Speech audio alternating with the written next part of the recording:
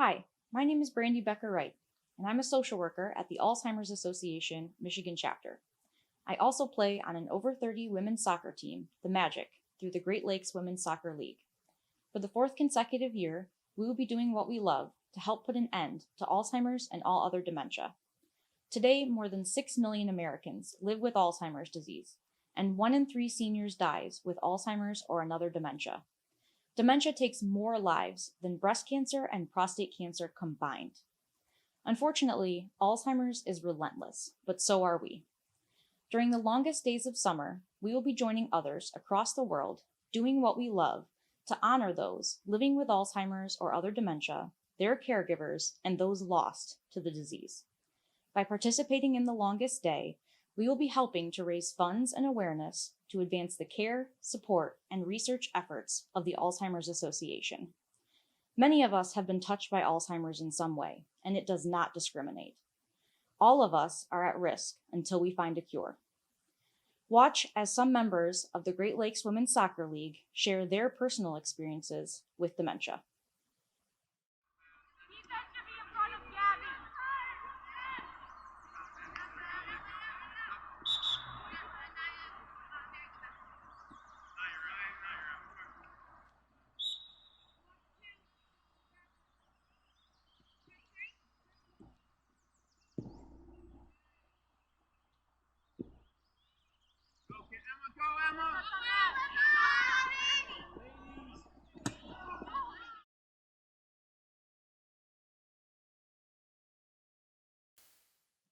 Hi, my name is Kim Lamo. I'm affected by Alzheimer's in a couple of different places in my life. My dad has Alzheimer's. It's inherited in my family in that it comes through my dad's side of the family. His mom had Alzheimer's. I see it in his siblings. A couple of his brothers have it, and I believe one of his sisters has had it. He had a heart valve replacement probably about 5-7 years ago. Right before the valve replacement, some of his memory was slowly starting to get bad. But after he woke up from the valve replacement, it was significant drop in his memory had occurred, and it really it had gotten really bad at that point. I helped my mom take care of him, so for those who know me, know that I live close to my parents. I live a block and a half away from them, and I really stay close because she needs all the support that she can do to help with that. Taking care of him on a more daily basis can be challenging. We're lucky in the fact that my father is more agreeable.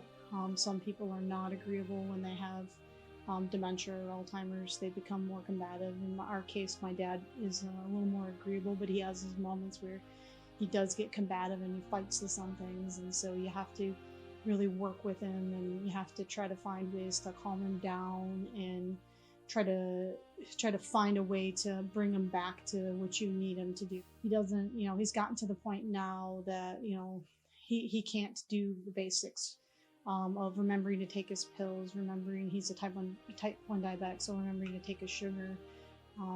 Those things he can't do. He has to be directed to do those things. His tasks are really very limited, and so it's a real challenge on my mom, and so I try my best to be there to help her. I picked up the slack on taking care of some of the home items in the house for her so that she doesn't have to do those, and things that he used to do. Thankfully, as a kid, I paid attention, and I'm able to help and take care of things or help her find the right people to do things. Doctor's appointments are really big, so there are a lot of doctor's appointments that he has to be there for the different medical conditions, and so I have to know what happened at the appointment so that I can help her and help support her mentally, because mentally it's a big strain. She's not one to let go of any of the control with him, so it's really a struggle, but it's hard on the family. It really is. Some days you just want to cry, and so you have to find outlets in your life, and it's really hard. As he's as he was sliding off, and the dementia was, we did a lot of puzzles. There were a lot of different puzzles that were really good. You had to do a lot of mental stimulation exercises. It was keeping him reading, trying to keep him active as much as we could keep him active, whether it was keeping him out with friends, We did puzzles with like word searches, because word searches were things that he really liked to do. We kept him reading magazines and books for as long as he can. As much as he would tinker in the garage, we would always encourage him to do that, whether even if it was just cleaning up in the garage, things like that, or giving him as many household tasks as he would do or want to do. Advice that I could give somebody who finds this out and sees this happening in their lives is, seek support. Seek support in your community, seek support through support groups. If you know other friends and family, seek their advice. You're not the only one out there. There are so many people that are going through this. It's talk to people. Don't bottle this. It's a tough disease to watch. It's very hard to watch your loved one go through this. But taking the time and asking for help and finding different things to try to help them along early on will really help them, I think, as help them stave this off for as long as they can, until it gets to the point you really can't do anything more. But please ask for help and talk to other people.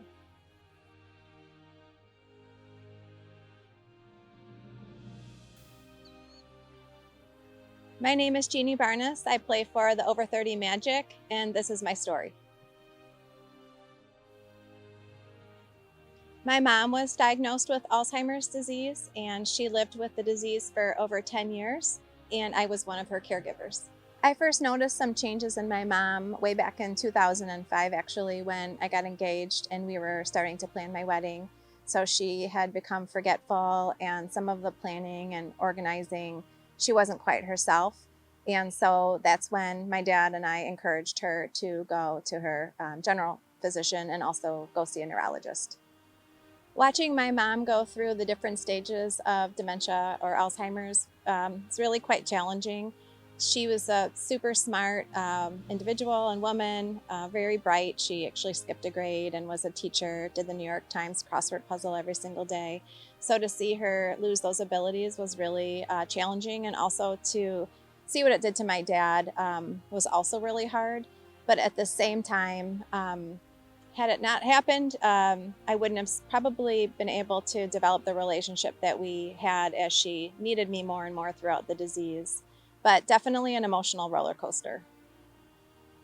Taking care of my mom has been an honor and a privilege and a joy.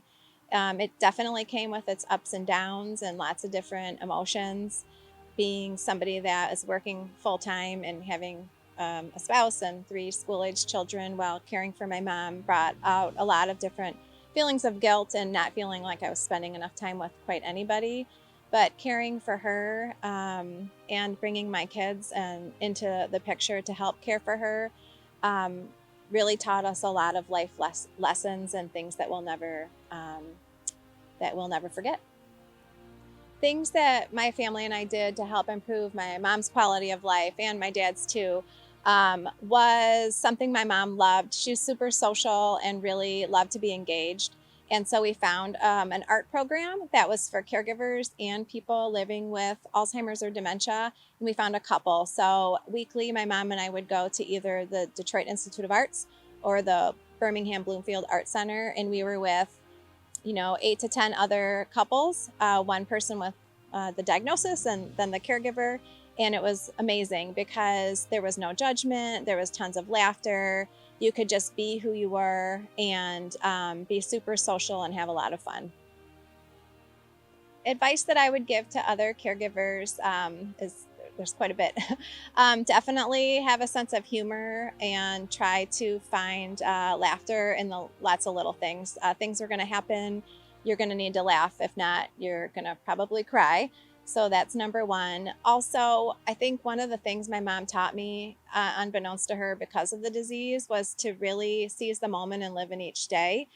She was forced to because of her diagnosis, but the world keeps going around. So being able to be present is super important. So if you're able to do that and just accept where you are with grace, that can be really helpful for you. I know Kimmy mentioned this in the last video, but don't wait to ask for help. It's so important. Even if you think there's nothing for you or you don't know where to turn, Honestly, we found that art program through the Alzheimer's Association, but there's so many other ways, care and support programs that can be beneficial to you as you travel throughout the disease process. And finally, I would say to just have hope. There's different tons of research that's going on in the Alzheimer's world, and hopefully soon there will be a cure and an end to the disease. So try to stay hopeful. Thank you for watching and for your help in fighting the darkness of Alzheimer's and all other dementia. Please consider sharing this video and making a donation using the link in the description. Any amount is appreciated and we need your help. Donations are accepted through August 31st.